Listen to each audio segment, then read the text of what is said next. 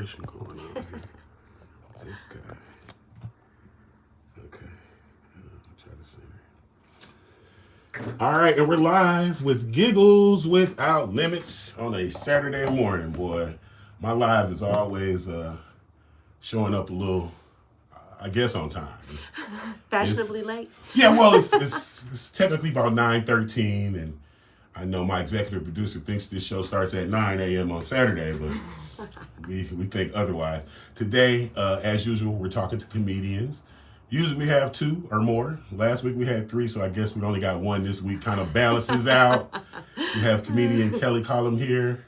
Good How morning. you doing? I'm doing well. How are you doing this morning? I'm doing pretty good. You see, I'm working. You know, I'm trying to do this thing. I'm the janitor around here, the producer, director, cameraman, and I guess the interviewer as well. But we're real conversational here, so it's just kind of talking. This show about comedians, Giggles Without Limits, and you're free to speak. What's on your mind.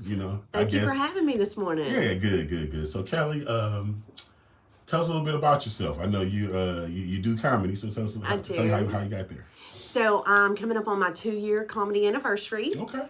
So some people would still consider that very new in the comedy world. Some people. But if you're just getting started, 2 years seems like a long ass time. A long way to go, right? Yeah. I gotta go 2 years. Exactly. So I'm in my 40s, in the cougar dating age. We'll leave it at that. Single, no kids. Okay. Just throwing that out there. Hey, this ain't a Tinder interview here. We just I'm just letting y'all get to know me a little bit. That's all. Nothing wrong with that. So how I got into comedy was a good friend of mine, Amber Glaze, green-haired comedian. If anybody knows her, she's kind of well known in this area. She introduced me to some comics at the Joint, and that's kind of what got me started. I started going to open mics. But what led me to want to do some comedy was heartbreak. There's always something, right? There's always a catalyst. I like it. So give us the backstory. So I was dating somebody for a while, about 8 months, and the single people out here can relate. 8 months is like an eternity in the dating world. So, 8 months, I thought all was good, and then all of a sudden, boom, just one day, got to break up. Can't do commitment. And I was just so heartbroken, didn't see it coming. I was devastated. I cried for 3 months straight. Oh, no. I mean, heartbroken. It was really, that's heartbreak right there. I was heartbroken. Yeah. And I was like, okay, shit, what are you going to do so you can quit crying about this? Like, how can this be funny so you're not sitting around crying about this all the time? And so I started just looking at the funny elements of things that were happening, like guys sending me inappropriate pics where I would tell them that I was heartbroken. They're like, oh, here's a picture. This is how. So I just started writing jokes. This will fix your heart, baby. Yes, exactly. I got something for you. Yes. It's like, that's probably the last thing I need. That literally was the last thing I wanted. I was so mad when I would get them, but that literally was the things that gave me ammunition for the jokes. Right. And also talking about like how he needed to become a community D and be a bigger supporter of the community. And just things like that. So I started really trying to find the funny aspects to the most devastating thing that you can really go through. And so once I got started going to the open mics, and it's addicting. You either love it or you're like, oh hell no, I'm never doing that again. Right. And so I began meeting people, and it was this like creative outlet that I had never had before. And not to mention, I kind of like to be the center of attention. I don't know if you noticed. You don't mind, right? I don't mind. So once I started doing it, it was like a whole new realm for me. So speaking of that, so you go from being heartbroken, and that's crazy. You said, well, how can I make this funny? So your first time open mic, I know you probably have been exposed to comics. So did you write? Like, how did that work? Yes. And so literally during that heartbreak process, the only thing I could watch was comedy because everything else made me cry. Right. Literally, I could not watch a romantic story. I couldn't watch action. Couldn't watch Lifetime or Hallmark. Nothing. So comedy was it. So basically, that hour that I could sit and watch comedy, it would take me out of the thoughts that I would be having. And so I just began to study like their delivery and the timing and just kind of how they work the stage and their stage presence.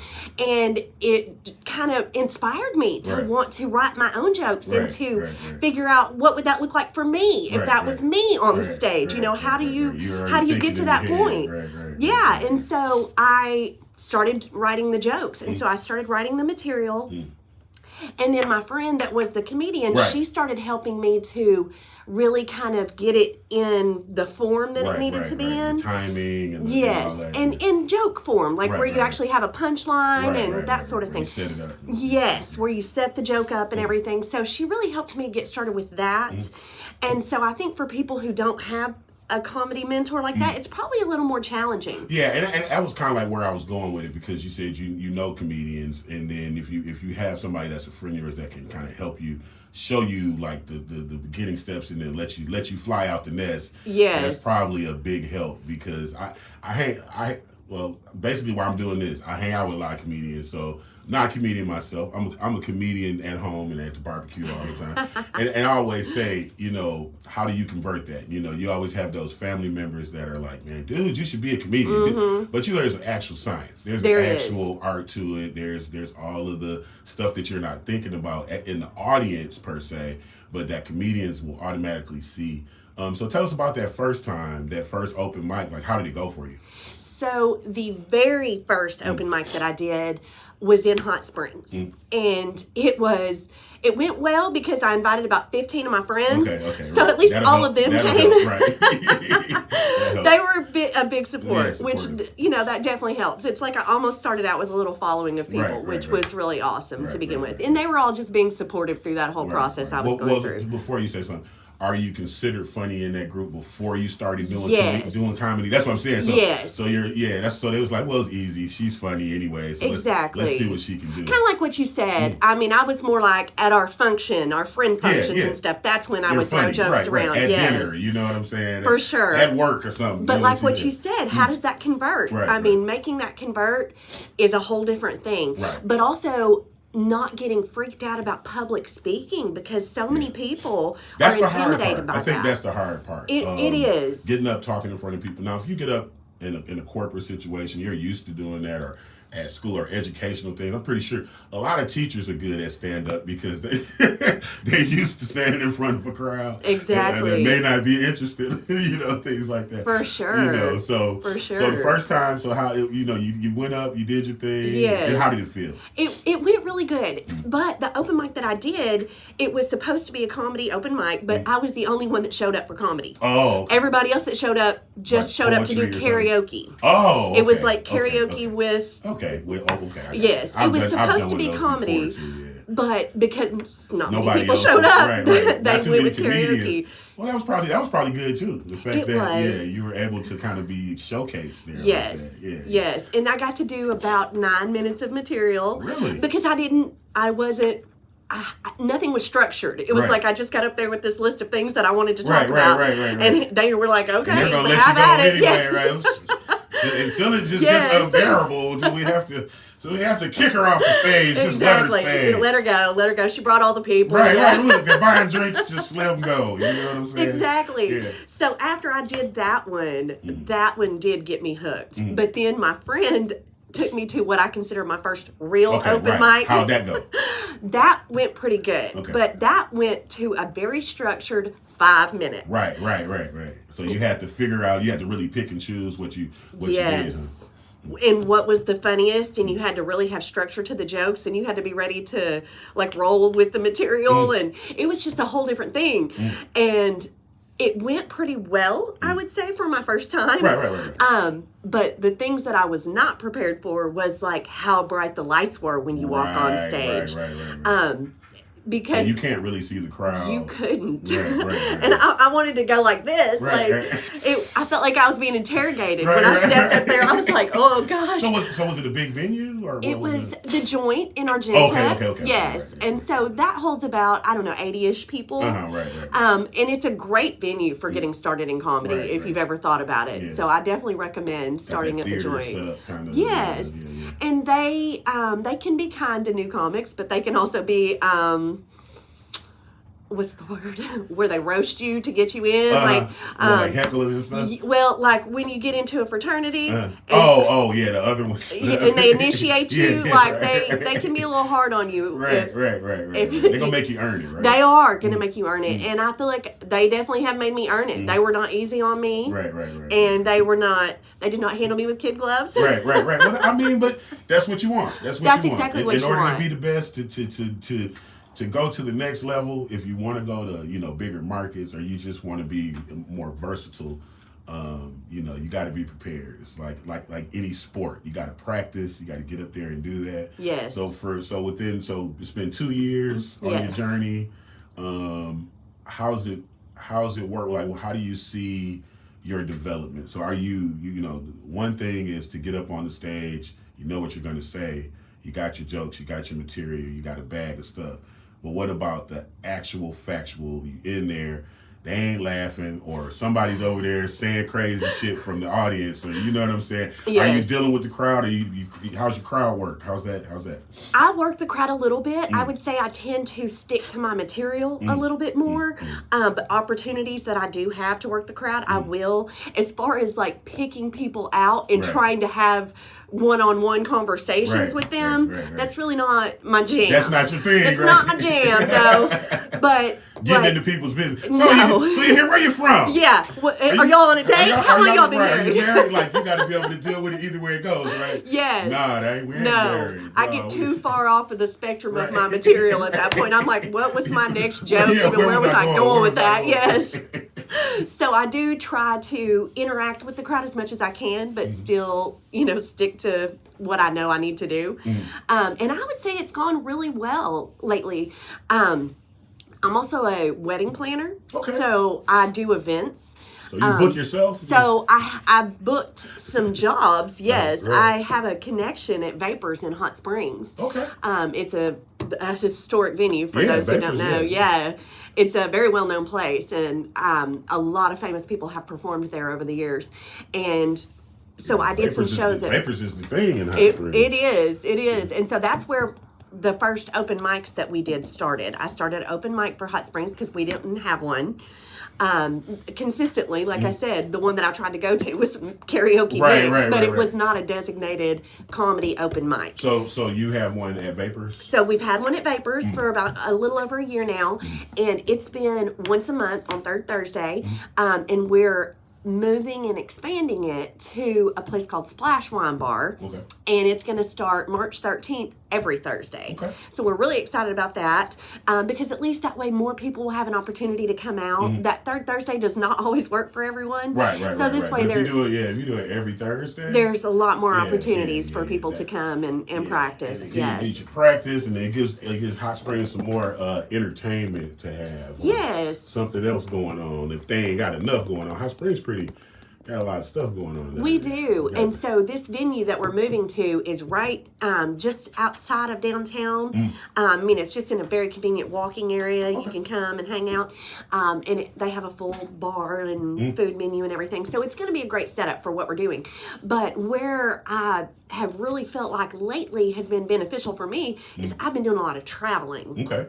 And as I've been traveling, I've been hitting open mics in different towns that I've been going to. Okay. So you're traveling for other reasons, but then you're going to check out the open mics. Correct. Okay. Yes, that's cool. Exactly. So you're getting your name out there. You're learning some stuff. People learning you. Yes. So, like, I just went to Florida for a month because, like I said, I'm a wedding planner. So, during the holidays and, like, the month of January is very slow for me as far as actual events. Right. I do a lot of planning, but not a whole lot of events. I DJ, so so you get it. I do weddings. Okay, yes, you know exactly. Spring is coming, baby. Yes. So, I booked a month in Florida for myself, and I went away for a whole month. Well, while I was there, I met some people on the comedy scene there, and ended up doing comedy on a pirate ship on New Year's Eve, which was nice. an awesome experience. What was that, in Tampa or something?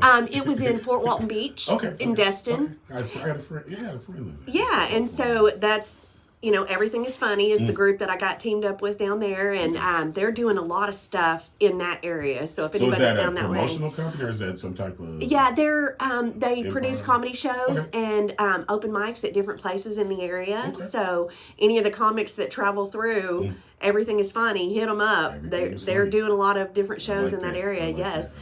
But once I got teamed up with them, and then I did that pirate ship, that was an open mic. They saw me do that show, and then I went to another open mic with them. And after that, they offered me a spot on a show that they were doing. There you go. And so I got to do their show, and it ended up being the first sold-out show that I've ever done. And it was about 150 people in the cinema down there. And so it was a great experience, and I had new material that I had just written. So how'd you do? Like, how many minutes you do? I did 12 minutes. 12 minutes. Good. 12 minutes. Good. In a big thing, that 12 minutes could do a lot. That's, Yes. Because you don't want to do too much. You want to exactly. You want to leave just them the right hanging. amount, right? That's it. You got to leave them wanting more, for sure. Right. And they do, one of the things I really liked about the way that they structure their open mic is they do it a little bit more Kill Tony style, where the comics actually get to sit on the panel and participate in the conversation too. So after you go up, then you go to the panel for 2 turns. And so there's a host that sits on the panel all the time, and he talks with the main host. And then there's 2 people on the panel. So you go up, you do your time, they talk back and forth to you a little bit. So you get some feedback on what you do, rather than like you just go up and then boom, you're done. Right. Yes. But you do get a little, you get from some experts, some outside eyes to get to see, and as you're still developing as a comic, that's pretty cool. Yes, it's very helpful. That's pretty cool. So what do you think about, you've lived your life, you know what I'm saying, and then you decide to do comedy, like, you know what I'm saying, as a grown woman. Not like, you know what I'm saying, like, because you can handle things differently. Like you say, I can go to Florida for a month, I can do all this stuff. You have options and things that you can do. So, tell us a little bit about how that works, as far as your lifestyle with doing comedy. So it's the fact that I don't have kids and that I'm single. That makes it really where I can come and go as I please. So I have a somewhat flexible schedule, but like what you said, when it gets to my season, it's my season. Right. I mean, I'm balls to the wall, pretty much. So you kind of, once you get to work, it's like we got a few months of work. Right. Yes, exactly. I'm about to squeeze a trip in there though to New York for my first time. Okay. And I'm going to do some comedy while I'm there. So you already got something hooked up? I've got something hooked up. With Grove 34. Okay. Rob Rigo, if you guys know him. I know a lot of our local comics know Rob Rigo. So Bear and I are going to be up there, and we're going to hit his mic while we're there. And so has Bear been there before? Bear has been there before. Bear just got engaged there, actually. Yeah, I saw they did that. Oh, yeah, New York. Yeah, I just thought about that. Yes, and so he's been, and also Greg Knappholtz is going to be kind of our little tour guide, and we're really excited to go. But I'm thrilled to get to go up there and try some stuff. I'm curious to see how they receive a Southern person like me. Right. Well, you got to think, New York. Everybody goes to New York. I'm pretty sure. That's kind of the flavor. That's got a thing for it in itself, I think these so. days, and you think about the times we're in. So we just talk about as far as people getting around and doing things. So what are you thinking about, like, currently? I mean, we don't have to get into politics or the news, but it's a lot of crazy shit going on. But like there is. Does that help as far as what kind of stuff do you talk about? Do you talk about current events? Do you talk about Sometimes I do. I'll talk more about like holidays and things going on. Like while I was in Florida, I wrote some material specifically about things I was experiencing around the holidays. Like, for example, how, I went to get away from families. Right. But I kept seeing all these families, like, walking around the beach and stuff, and kids playing, and I was just thinking, God, would y'all shut the fuck up? Right. I'm here to relax. That's it. I'm here to relax. Kids and shit. Yeah. So So sometimes my material is pertinent to right then, whatever I'm dealing with. But a lot of it is related to like either dating, because I'm single. That provides me a lot of material. Right, that's how you got here. Absolutely, yes. And then also, once I started to dig deeper into like what other subjects do I have, growing up poor, right. gives me a lot of material. Relate, right? A lot of people relate. Well, we used to do this, we used to do that, right? Definitely. Yeah. So I've got some of that, and just what it's like growing up with my sister, and that's kind of a lot of what I talk about. Family-related stuff. Yes. Siblings. So, were you originally from Arkansas? Yes, from Hot Springs. So you're originally from Hot Springs? Yes. From the Spot City. Yes. How was that? Now, I mean, I always say to people, because I'm not originally from Arkansas, but both of my parents are from Arkansas, so I'm very familiar with Arkansas. Although I was born in Michigan, I was in Arkansas. I can say every summer for, till I was 13 or 14 years old. So, then I eventually moved here. I got married and moved here. So they always said, like, why did you move to Arkansas? But I'll say this, Arkansas in itself is a unique place. Hot Springs to me has always seemed like this, it's that resort part of Hot Springs where it's just like a different place. Because I say my familiarity with Arkansas has a lot to do with Little Rock. And I ain't gonna go too deep into my story. My dad's from Pine Bluff, but my mom is from a real rural area up by, it's called Twin Groves, between Greenbrier and Damascus. So it's like 400 people population, 270 of them are related. So they paved the road in 92, you know what I'm saying? Yes. So that kind of stuff. So the extremes. So Hot Springs is like, okay, this is cool, because when I went to college, I went to U.A.P.B. and I remember my first time going to the horse tracks to go, to go to Oakland. I was like, oh, this is cool, Yes. Corned beef sandwiches and stuff. So, Hot Springs has its own little flavor, man. We do, and I love it there. And that's what really surprised me about there not being more of a comedy scene. That's what I'm saying. Like you say, like a legendary place like Vapors, there's places that's been there forever, that people know about historically. And as far as like a comedy venue, I didn't know if there was one there or not. So. No, there is not. And so Vapors has started doing some more comedy shows, which I'm really happy about.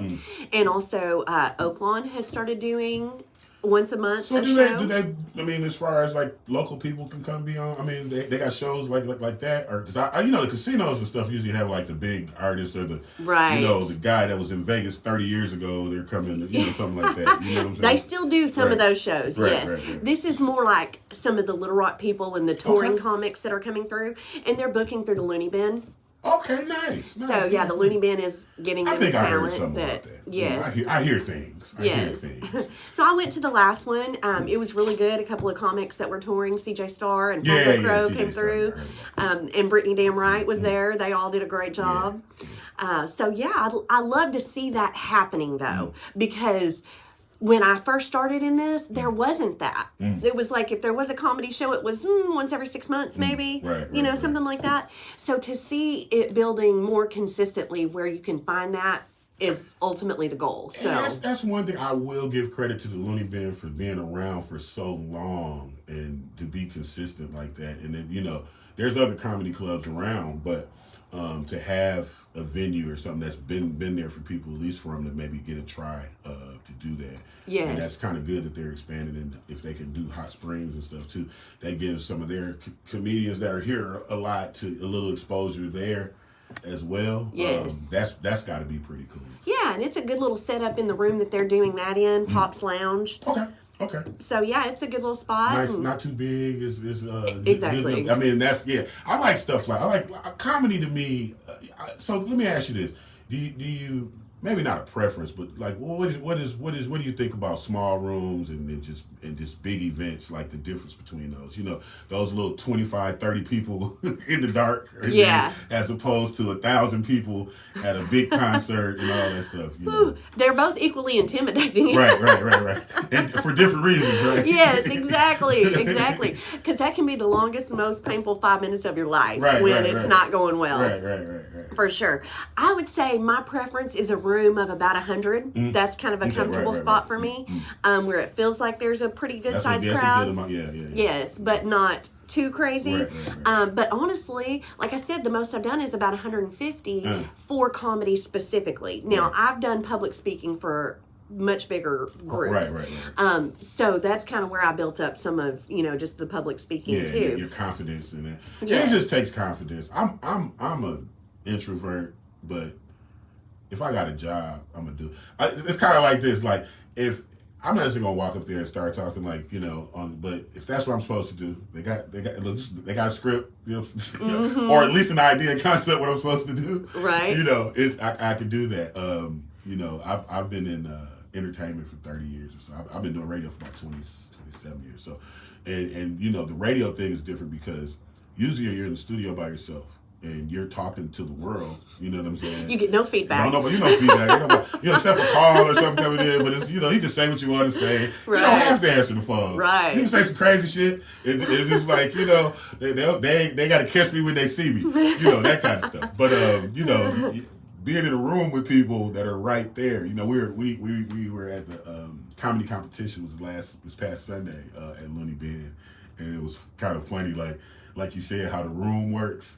And you don't know what is the DJ gonna say some crazy shit to the comedy to the comedian because and Big Sexy's supposed to be on the show today, sitting over there next to you, Big Tone. It was so funny. He had an interaction with one of the comedians, man. It was just so fun because because the guy said so too. But I guess he thought this is just a DJ over here, but Tone was like, okay, all right, let me show you. I'm a comedy DJ, dog. But I talked to a lot of comedians, and me and D So Funny were having this conversation about, I guess, kind of like bombing, and how there's a certain joy he gets from bombing or something. So how do you feel? Tell us about a time you bombed or whatever. How does that work? It's definitely happened. Yeah, it happens, but how do you feel about that? So the way I feel about it is, there's different times that you bomb. Sometimes you bomb because the audience just is not laughing that day. I've seen it happen. And I've seen other comics that I know are funny with material that I know is funny. So it's not just me. They're just not laughing on those days. The lighting isn't right or something. Correct. It's Wednesday of the full moon, and they're acting all kind of weird. Right. Yeah, so I have seen that. But I've also seen with my own material where it just still needs work. And that's how I gauge it. If it's not You're getting honest laughs, with yourself, right? I have to be honest with myself. Yes. It ain't them, it's me.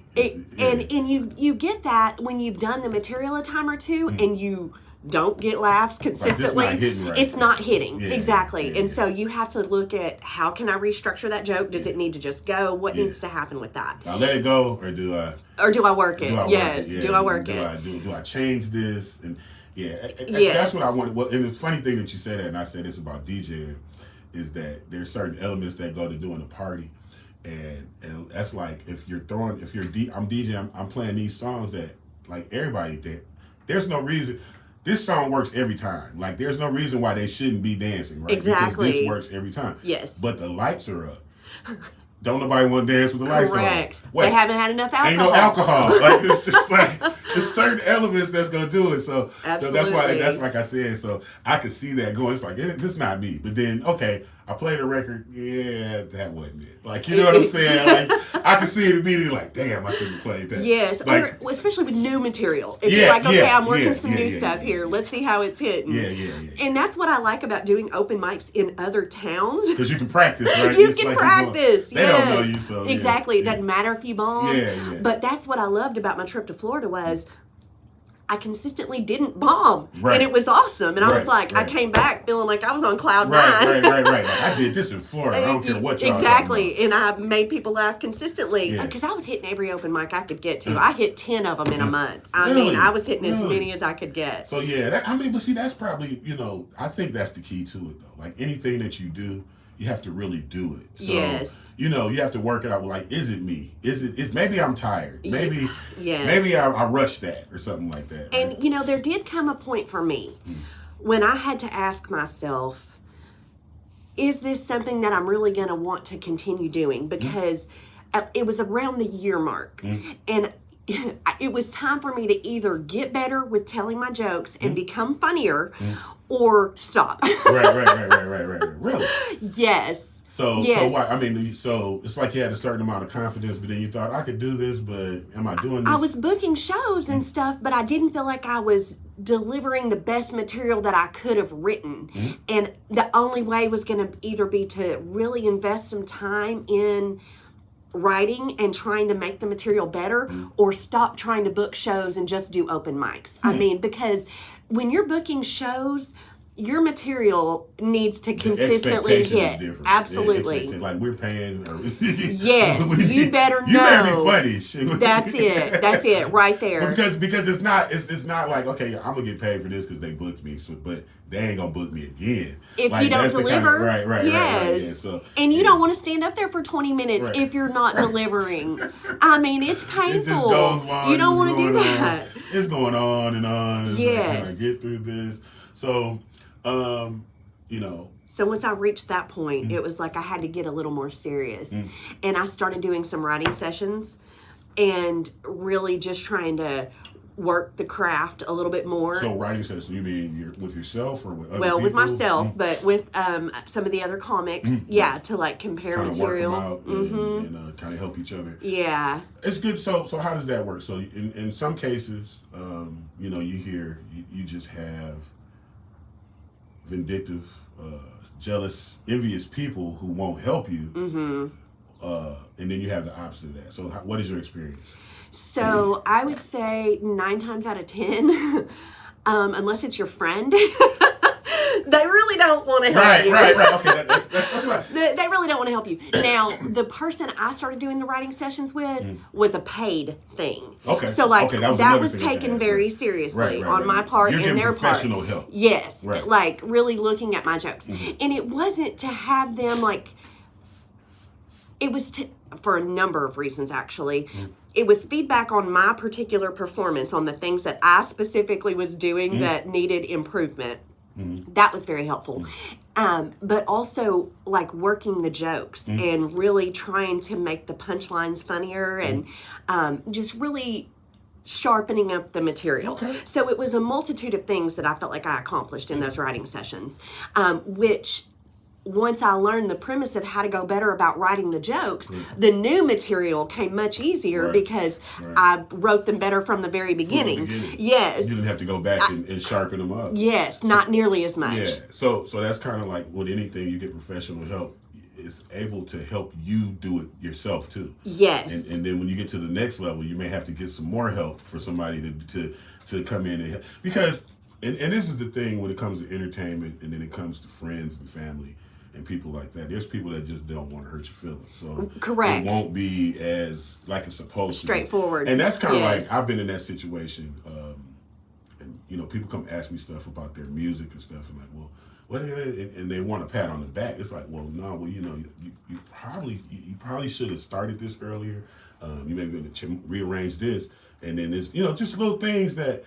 But if you take your stuff a little too personal, it's like, they get offended. They get offended. Like, but they're artists. Yes. And this is what you have to always remember. Like, you know, the sensitivity to create a lot of times is that sensitivity is, you know, you can't take a critique. You know and let me tell you, don't get into comedy if you don't have thick skin. Right. Because you will get your feelings hurt. Right. And that is all there is to it. Right, and you either, that was another time. It was like, you know, after you bomb a couple of times, you know, you ask yourself the same thing. Like, should I be doing this? Yes. Like, maybe I don't have it. Maybe, you know. Maybe I was just funny those couple